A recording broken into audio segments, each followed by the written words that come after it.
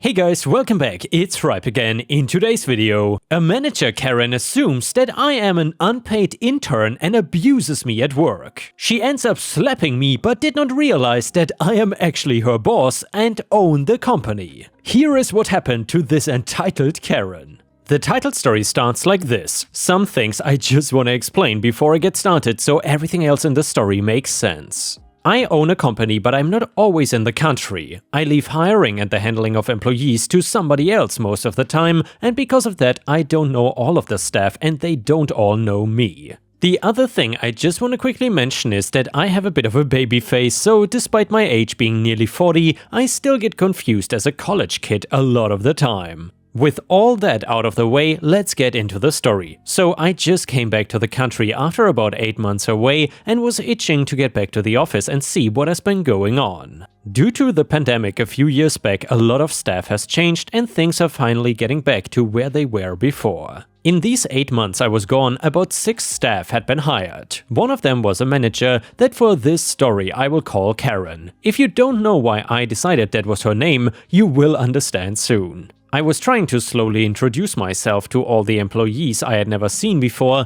and just strike up some conversation. I might not be in charge of hiring new people anymore, but I always want to meet and talk to my new employees. I feel they sometimes have the best insight with fresh eyes on certain things. I was talking to one new guy and we actually had a lot of things in common. We were standing around laughing, maybe a little too loudly because it drew the attention of Karen. The other employee looked terrified and speed walked away back to his desk. Karen, you should not be distracting him from work. Me, I was just introducing myself and things got out of hand. You must be Karen. I wanted to come and introduce myself to you as well. Karen, I don't give a damn who you are or what your name is. I cannot stand you stupid interns trying to distract people from working. Me, oh actually I'm not. She cuts me off. Karen, the only thing you are not is competent. I've been waiting hours for one of you idiots to run and get me lunch. Instead I'm standing here and still don't have it. Me, you know that the interns are not here to get your lunch, right? They are here to learn.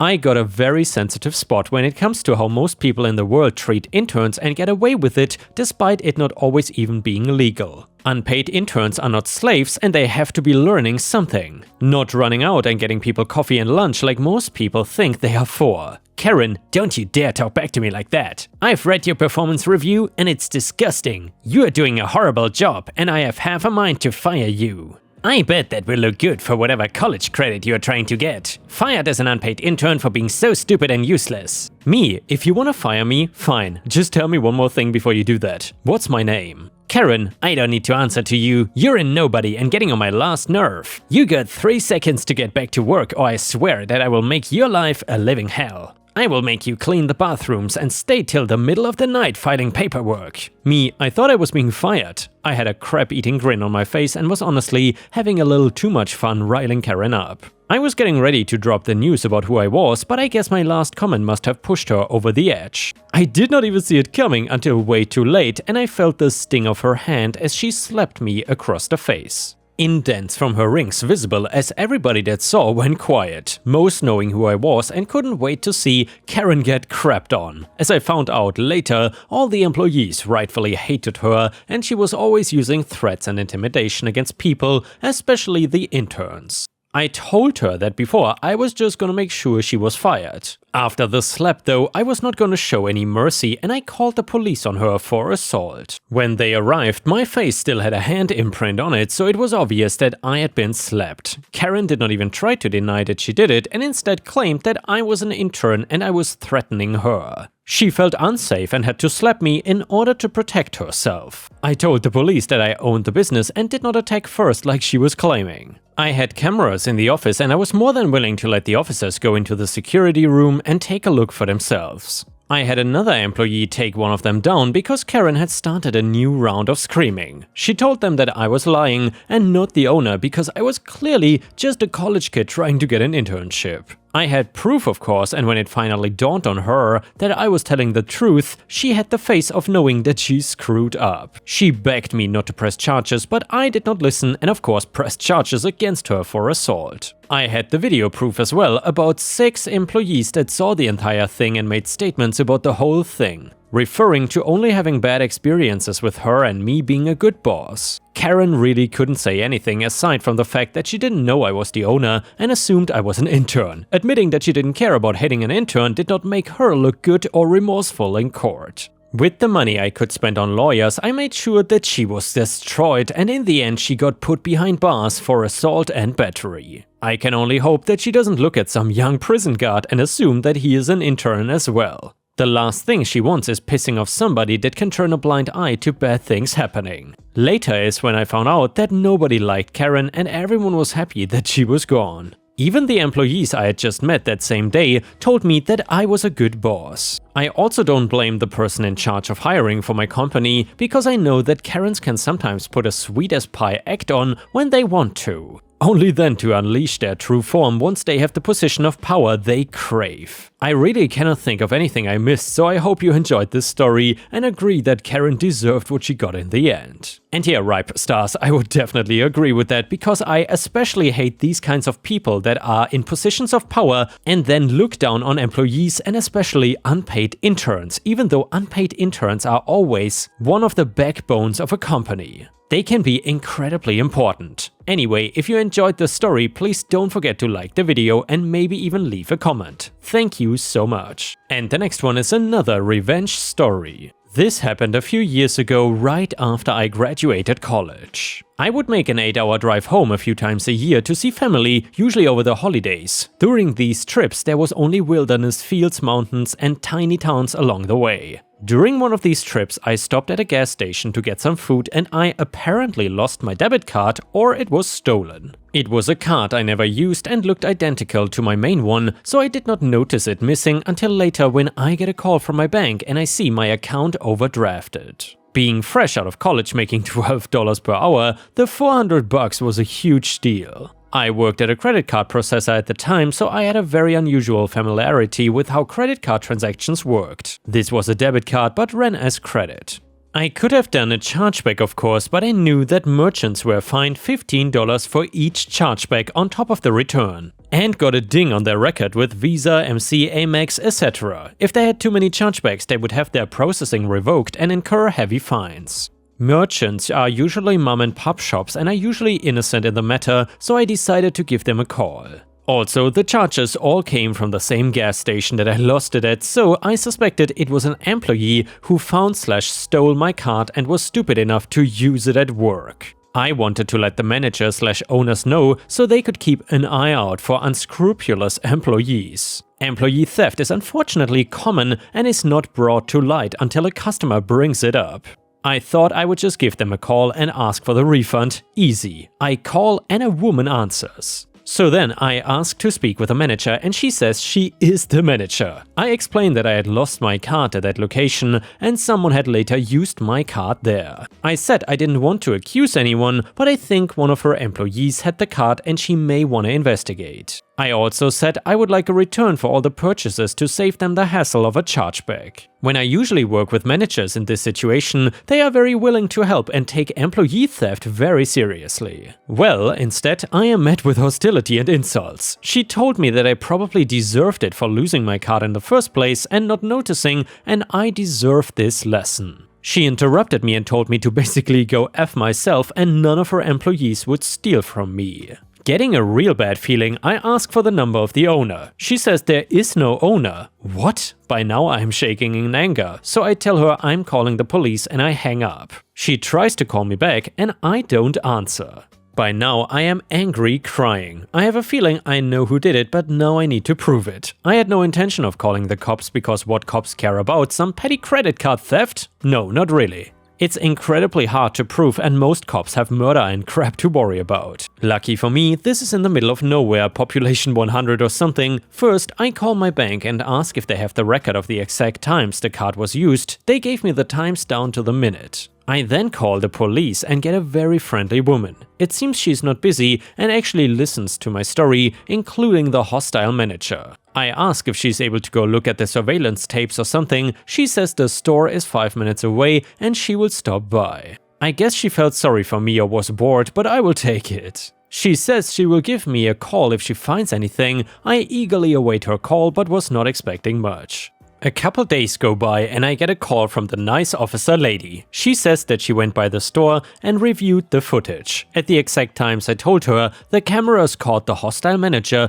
making the purchasers signing receipts for the exact same amounts with a card that looked exactly like mine. Even better, they were going to charge her with felony identity theft, since making purchases on someone's card without permission is identity theft on top of monetary theft, at least in my state. They asked if I wanted any restitution, but my bank had refunded me the stolen money, so I declined. I was absolutely not expecting a cop to go out of their way to help me, and I was definitely not expecting it to result in an arrest. I felt a sense of pride for actually sticking up for myself and not just taking the money from my bank and letting the thief just go. I'm a pretty small and non-confrontational person, but that day I felt like a badass. If she had been nice and worked with me, or even just apologized and done the returns, I would not have called the cops. Because she was so rude though and unhelpful, she got a felony instead. And the next one is another revenge story. We will call the couple of this story Stu and Barbara. Barbara is a witch, literally. She took up some religion, they call themselves witches. Barbara loved Bomb, a very smart but socially inept friend of mine named Stuart. Stu is super quiet, super smart, actual rocket scientist, and was smitten with Barbara. Barbara was smitten with Stu's house money, etc. No amount of telling Stu would stop him. He was under Barbara's spell. She moved in with him, took over, cut off all his friends, and gaslighted the crap out of him. 4 years later, he sees the light, time for Barbara to move out. She flat out refuses though. Stu has a very valuable china collection inherited from his great-grandparents. Barbara has always wanted that china, since the royal family somewhere has a set like it, and Stu had to lock it up in a valuable safe since she breaks things when she doesn't get her way.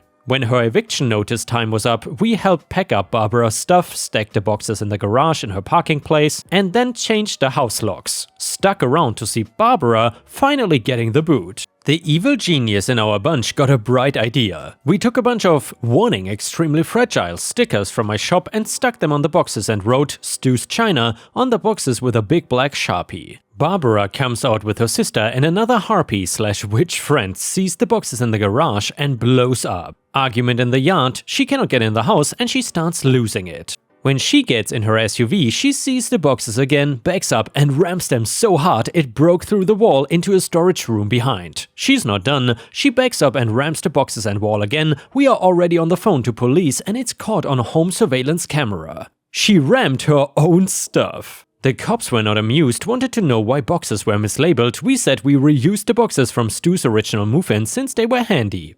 One officer was not amused with Barbara, stayed to fill out reports and actually left once it was all over. Here's the one that said someone is an evil genius here, and I wish I had thought of this in my divorce since his wife burned and cut up virtually everything he owned. Barbara has since attempted to break into the garage or house 3 times in the past 2 weeks. Police have security camera footage, and what is left of her crap was delivered to a storage locker that 1 month rent was paid on, and no, we did not rebox any of it, it's in the same state she left it in the garage. Drywall, wood splinters, insulation and all. Stu is spending a lot of time with us catching up, trading insane X stories, smiling more than I've ever seen since he met Barbara. And I could not care less where Barbara is. I hope it's awful with her friends barking at the back door constantly. Edit for more info, she is the little sister of another guy in my friend group since high school. Every class has a pretty girl in it, and Barbara was the pretty girl in the whole high school and the meanest witch in high school, and spell witch with a B. Think young Pam Anderson before the beehive hair and fake melons, but maybe even better looking. Her brother is tall, well-built, naturally light blonde and has statuesque features. Everyone in that family is crazy attractive, but Barbara just won the genetics lottery. The hard-partying, selfish lifestyle hasn't treated her well over time, so she doesn't have the visceral effect on everyone she used to. She absolutely could stop everyone in the room in their tracks with gaping mouths in her 20s, but now, creeping into her 50s, she barely gets a notice and she hates that. Stu was a bookworm, astronomy, has a doctorate in astrophysics, and I don't think he knew girls existed in high school. Way too busy trying to get scholarships to college. Stu plays guitar, has a history degree, has a computer science degree, loves dogs, and is absolutely no drama ever. And he takes mice outside to release them because he cannot be mean or kill anything. Stu's first girlfriend was a little plain when you first met her, but got a lot more attractive the longer you knew her. Just a great person overall. Ovarian cancer got her about 7 years ago. Not long after she was diagnosed, a tumor ate into a major artery and it ruptured. She died quite suddenly and we rode up that mountain with him. Then he met Barbara while still heartbroken and lonely. Barbara, on the other hand, has been married a couple of times, cheated on those husbands, has a couple kids she dumped off on the fathers, and was into crystal griping hippie new age crap, and then went full black magic or something a few years back and declared herself a witch queen or something like that. We were not around much since Barbara wouldn't allow it. She has had 2 affairs with 2 of her family members' husbands and one of the fathers-in-law that I know about through her brother. And by the way, I don't listen 99% of the time. A string of DUIs, 4 I think, drug possession, nothing is ever her fault, typical narcissist in the textbook sense. Her kids won't see her exes and brother have restraining order against her, you get the idea. She managed to get her parents' entire estate signed over to her and had run through about $400,000 of inheritance and was broke when she met Stu again. Still looked like she had money, but was broke to the point of desperation. What's funny, the BMW SUV she rammed her stuff with was a birthday present from Stu a few months back. Now it is all crashed up in the front end to the point the front doors don't want to open. This is the same woman that paid $30,000 for a horse despite nowhere to board it, no experience with horses, just saw it and it was a color she liked. She was trying to keep it in a 1-car garage, which she never cleaned when animal control got involved. Some horse rescue place took the animal until it could be sold to a good home, which it did. Sale price was generous according to the people that knew horses and the market. Sale price $7,000. She paid $30,000 and would not admit that she got conned. She had the gall to tell my wife she wasted her life. My wife has 2 doctorates, an MD/surgeon and psychology doctorate, works mainly with children and some with disabled veterans. Does not pay much compared to high-end plastic surgery, and Barbara thinks working at the VA and Children's Hospital is a waste of time and effort. Barbara says poor people and disabled vets are losers and shouldn't get what they cannot pay for. Never mind, I'm a disabled vet and I paid for my VA services with back broke in 7 places, lost both knees, 1 hip, 3/4 of 1 lung, shoulder and ankle, and I am an entitled leech on the system. Back surgery is how I met my wife. She helped get my legs working, dropped me as a patient after about 4 months so she could try dating me. We bonded over bringing the hospital kids out to spend time on my farm, so as you might guess, I'm not on Team Barbara. Her brother Ron is the best guy you would ever want to meet though. Hard-working, family-oriented, honest as the day's long, while women throw themselves at him from all directions. It's actually funny, the only person in the world he's romantically interested in is his wife. He does not even acknowledge there are other women in the world interested in him. She, by the way, is a great person too, has her own business, is super mom, helps my wife with the foster and at-risk kids group, etc. Barbara, on the other hand, hates her brother's wife, calls her Miss Perfect, which is actually pretty accurate, and is constantly spraying rumors that she's cheating, stealing money, etc. We all think it's narcissistic projection. For the first time in about 5 years, Barbara is no contact, and while discussing this, we all feel there's a huge weight lifted. We will see how our luck holds. And now let's move on to the next story. It starts like this. I, 26 male, inherited my father's estate. My family, 30+ M&F, wants me to divide everything. I ended up inheriting 100% of my father's estate, estimated $2 million worth. My family, brothers, sisters, aunts and uncles, had a falling out with my father in recent years due to family drama. I stayed out of it and played the neutral because it is not worth the stress. Now they want me to split the inheritance with them. My sister has been manipulative over the years and I have a feeling she is fueling this situation.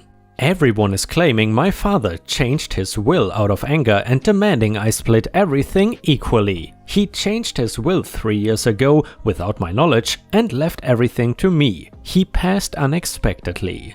Input: I have a lot going on and not sure if I am thinking right. Would it be wrong to keep it all to myself? I am financially stable, 10K in savings, just paying rent and living, car payment and school bill. Thanks in advance, I'm a long-time lurker, happy to officially join Reddit. And a user in the comments said, don't touch the money for a year, that will allow things to calm down and for you to accept your father's death. The world will look different in a year. Another user said, without additional background information it is hard to judge this. Filling in background details could completely tip the advice you would get in either direction. At one extreme, you could have a situation where you all had a difficult and vindictive father who for unreasonable cause alienated the rest of his family and now in his final act is manipulating you to further piss off the family members who stood up to him while he was alive. In a case like this, if I was close to my brothers and sisters and didn't agree the reason they were disinherited for,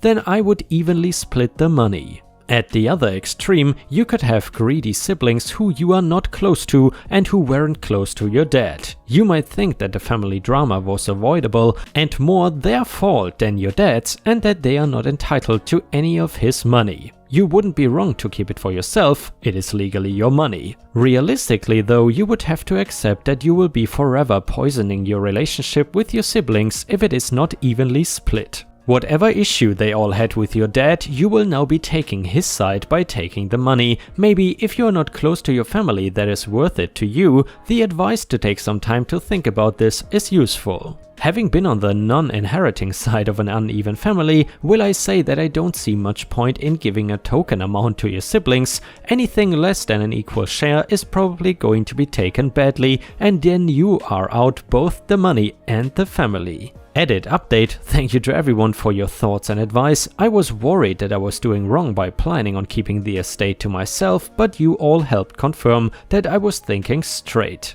My family is really messed up and there is no reason for all the problems we have. They have just always been there. Long story short, my father was a very hard-working man and my siblings were not on good terms with him because he felt like they were profiting off his hard work without doing any of the work themselves. Me, on the other hand, I saw my dad as a role model and tried to follow in his footsteps by becoming self-employed and working 80 to 90-hour weeks for years to establish myself. Therefore, I now finally decided that I won't share anything with my siblings, however, in case they are ever in big trouble, in other words medical issues etc., I will of course help them out. Also, in case any of my family members become homeless or lose their job, I will help them. I think that is what my father would have done as well. And yeah, ripe stars, I would love to hear what you think about this story. Do you think that what OP did or decided was heartless, or do you think that it was justified? And with this, we have reached the end of the video. However, if you cannot get enough of my content, please check out my endless playlist, where you can find thousands of hours of content. In addition, please don't forget to subscribe to my channel to not miss any of my daily uploads. Thank you so much in advance, and I hope to see you again tomorrow.